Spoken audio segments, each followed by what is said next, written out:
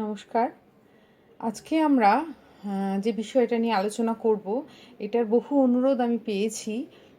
আসলে বিষয়টা আমি লোকসংস্কৃতির সংজ্ঞা আলোচনার পরেই আলোচনা করেছিলাম, কিন্তু সামহাউ সেই ভিডিওটা আমার গ্যাজেট থেকে ডিলিট হয়ে গেছে।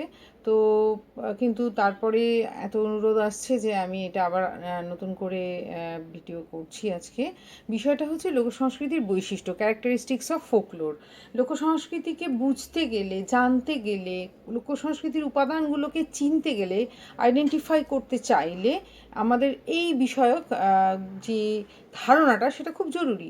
লোকসংস্কৃতির বৈশিষ্ট্য বা ক্যারেক্টারিস্টিক্স যদি পরিষ্কার হয়, তাহলে কিন্তু লোকসংস্কৃতির সংজ্ঞা নির্ধারণটাও সহজ হয়ে যায় এবং যে কোনো তত্ত্ব বা মতবাদগুলোকে বুঝতে আমাদের অনেক সুবিধে হয়। সেই কারণে লোকসংস্কৃতির ক্যারেক্টারিস্টিক্সগুলো জানা খুব জরুরি। এবং এই বৈশিষ্ট্য একদিকে বহুমাত্রিক, আবার অন্যদিকে বহুস্তরিক এবং এর মধ্যে অনেক অনেক বিষয় আছে, যেগুলো লোকসংস্কৃতির ছাত্রছাত্রী শুধু নয়, এর গবেষক, এর উৎসুক ব্যক্তিরা কিংবা এই সংক্রান্ত যারা আগ্রহী মানুষ, তাদের সকলেরই কাজে লাগবে। তাই এই ভিডিওটা খুব আমি মনে করি যে অত্যন্ত জরুরি সকলের পক্ষেই। লোকসংস্কৃতির বৈশিষ্ট্য বলতে গেলে আমাদের প্রথম যে বিষয়টা সবার আগে আলোচনা করা দরকার, সেটা হচ্ছে ঐতিহ্য বা ট্র্যাডিশন। এটাকেই আমরা লোকসংস্কৃতির মূল বৈশিষ্ট্য বলি। যে কোনো ফোকলোর কিংবা হেরিটেজের বৈশিষ্ট্যের মধ্যে এটা একটা খুব গুরুত্বপূর্ণ বিষয় যে সেটার একটা ঐতিহ্য থাকতে হবে, তার একটা ট্রেডিশন থাকতে হবে। সেই উপাদানগুলো একটা নির্দিষ্ট ভৌগোলিক পরিবেশে বা একটা নির্দিষ্ট গোষ্ঠীর মধ্যে ঐতিহ্যগতভাবে প্রবাহিত হবে, বিকশিত হবে, পরম্পরাগতভাবে তাদের হস্তান্তরিত হবে। সুতরাং ট্রেডিশন বা ঐতিহ্যটা একটা খুব গুরুত্বপূর্ণ বৈশিষ্ট্য।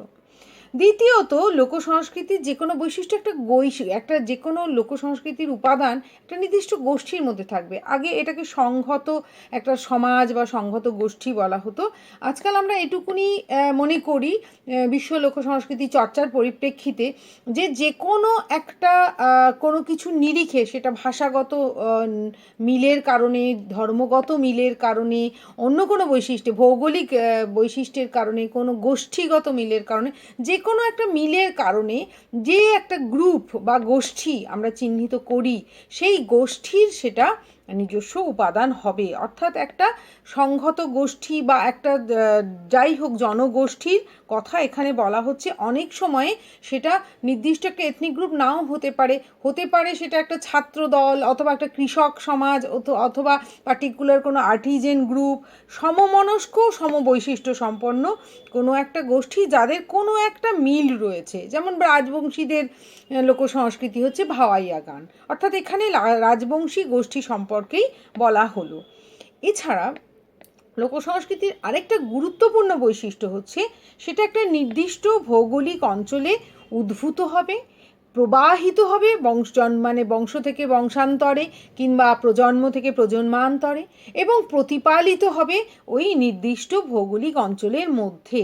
অর্থাৎ একটা নির্দিষ্ট ভৌগোলিক পরিবেশ ওই উপাদানটাকে যেমন সৃষ্টি করেছিল বা সেটাকে ডেভেলপড হতে বা সেটাকে আরও ভালোভাবে বিকশিত হতে সাহায্য করেছিল, সেরকমই ওই নির্দিষ্ট ভৌগোলিক অঞ্চলের পরিবেশের বিভিন্ন প্রভাব এর মধ্যে লক্ষ্য করা যাবে, বা ওই ভৌগোলিক পরিবেশটা একটা বিশেষ গুরুত্বপূর্ণ বিষয় হয়ে দাঁড়াবে ওই নির্দিষ্ট উপাদানের ক্ষেত্রে। যেমন পুরুলিয়ার নাচ হচ্ছে ছৌ নাচ, যেমন মালদহের লোকনাট্য হচ্ছে গম্ভীরা, যেমন দক্ষিণবঙ্গে এই যে দক্ষিণ 24 পরগনা এই অঞ্চলের লোকনাট্য হচ্ছে বনবিবির পালা, যেমন বাউল গান হচ্ছে মধ্যবঙ্গের লোকসঙ্গীত, যেমন পশ্চিম সীমান্তবঙ্গের লোকসঙ্গীত হচ্ছে ঝুমুর গান।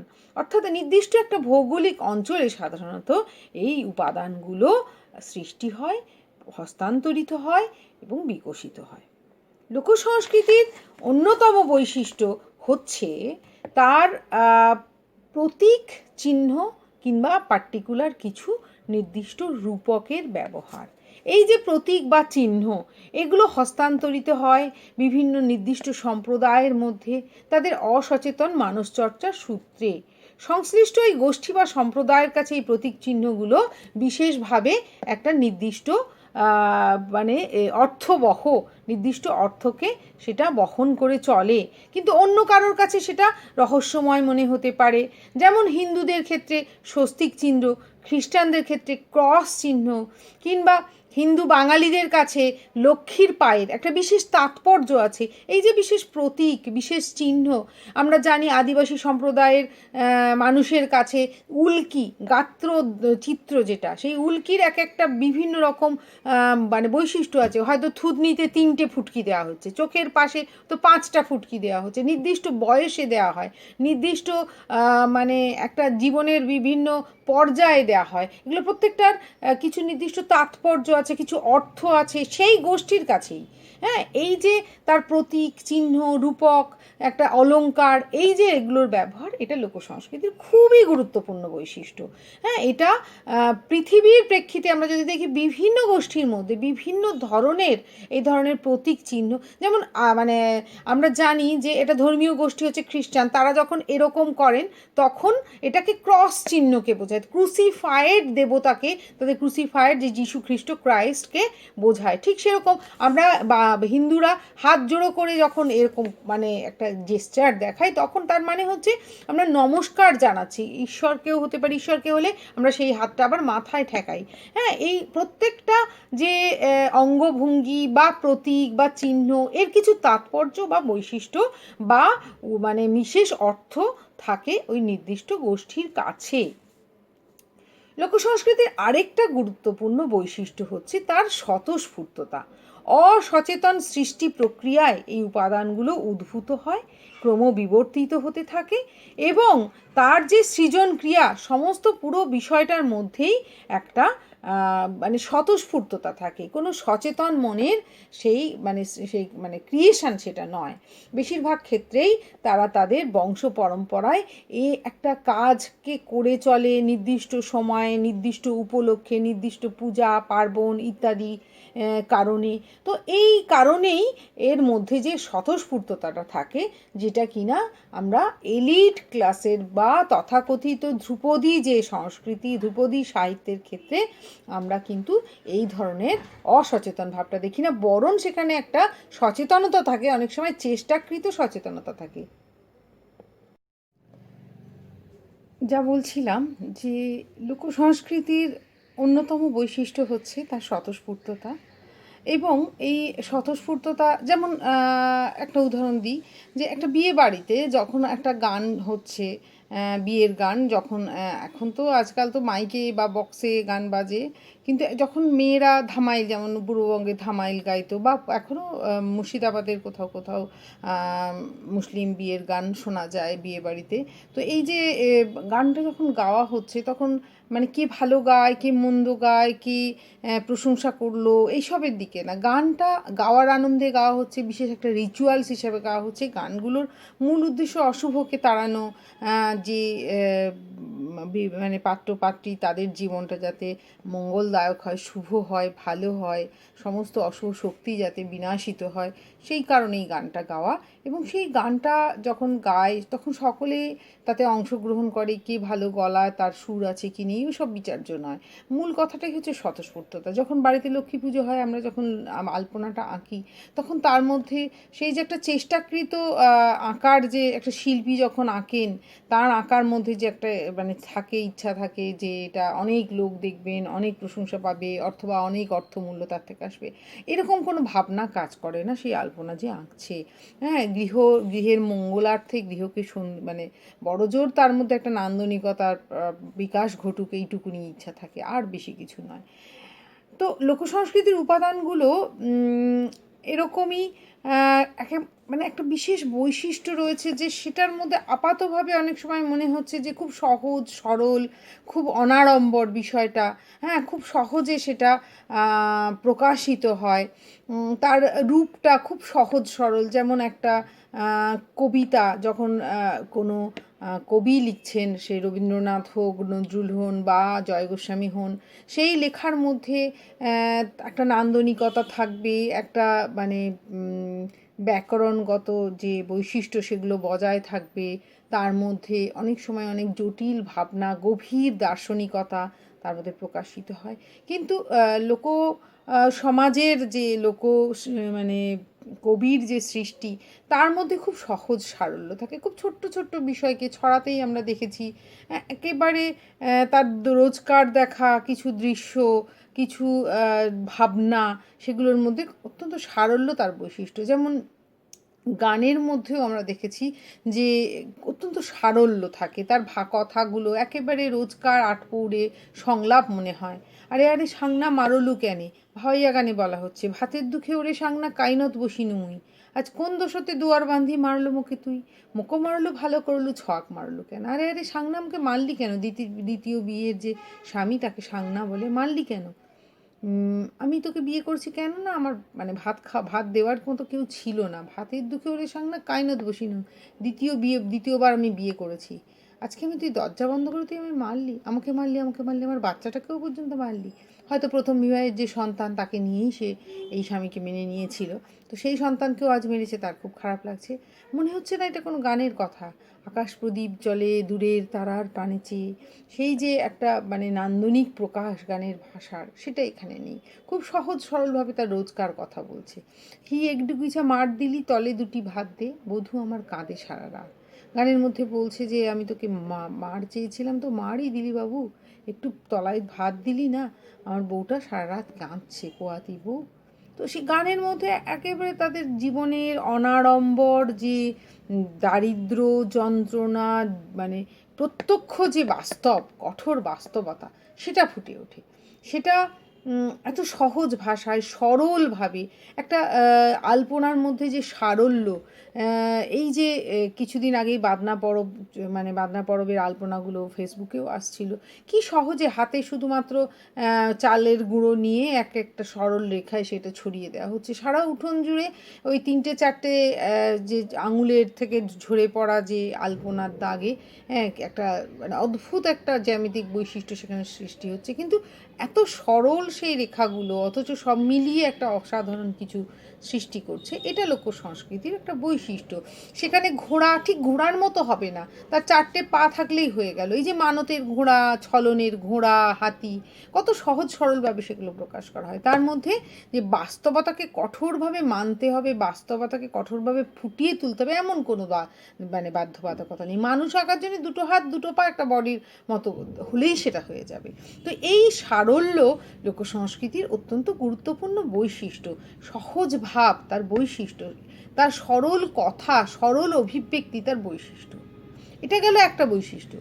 অন্য আরেকটা বৈশিষ্ট্য, সেটা ঠিক এর বিপরীত। মানে আপাতভাবে মনে হতে পারে দুটো পরস্পর বিরোধী হয়ে যাচ্ছে না তো। এদিকে আপনি বলছেন খুব সহজ সরল এবং স্বাভাবিক তার অভিব্যক্তি, আবার অন্যদিকে বলছেন যে এই যে উপাদানগুলো তারা আবার পরস্পর সংলগ্ন এবং সব মিলিয়ে তারা একটা জটিল প্যাটার্ন তৈরি করে।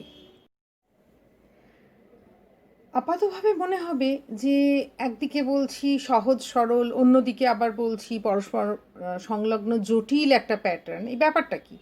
ব্যাপারটা হচ্ছে লোকসংস্কৃতির প্রত্যেকটা উপাদানই সহজ সরল এবং খুব সপাট, মানে সপাটভাবে সে একেবারে ডিরেক্টলি সে তার বক্তব্যটা বলে দেয়। তার মধ্যে কোনো ভনিতা নেই, কোনো আবরণ নেই, এবং তার ভাষা অত্যন্ত সহজ, তার বক্তব্যের মধ্যে কোনো জটিলতা নেই। কিন্তু সেই যে উপাদানটি সামগ্রিকভাবে, সেটা কিন্তু একটা অদ্ভুত মানে তার বৈশিষ্ট্য হচ্ছে জটিলতা। কীরকম জটিলতা?